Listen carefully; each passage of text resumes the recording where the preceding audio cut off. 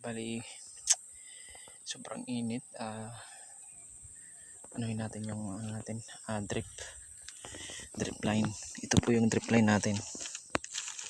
So yan, nakalagay natin drip. So silipin natin. So as you can see, yung ano niya, yan, umaano talaga, maawas. Yan po yung drip namin. So malayo yan.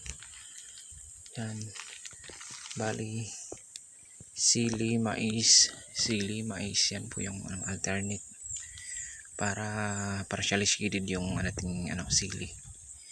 Yan po yung purpose natin.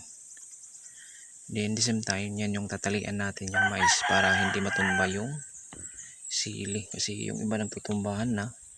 Bali sa Monday tatalian na yan yung mga mais para yan na yung maging barrier ng sili.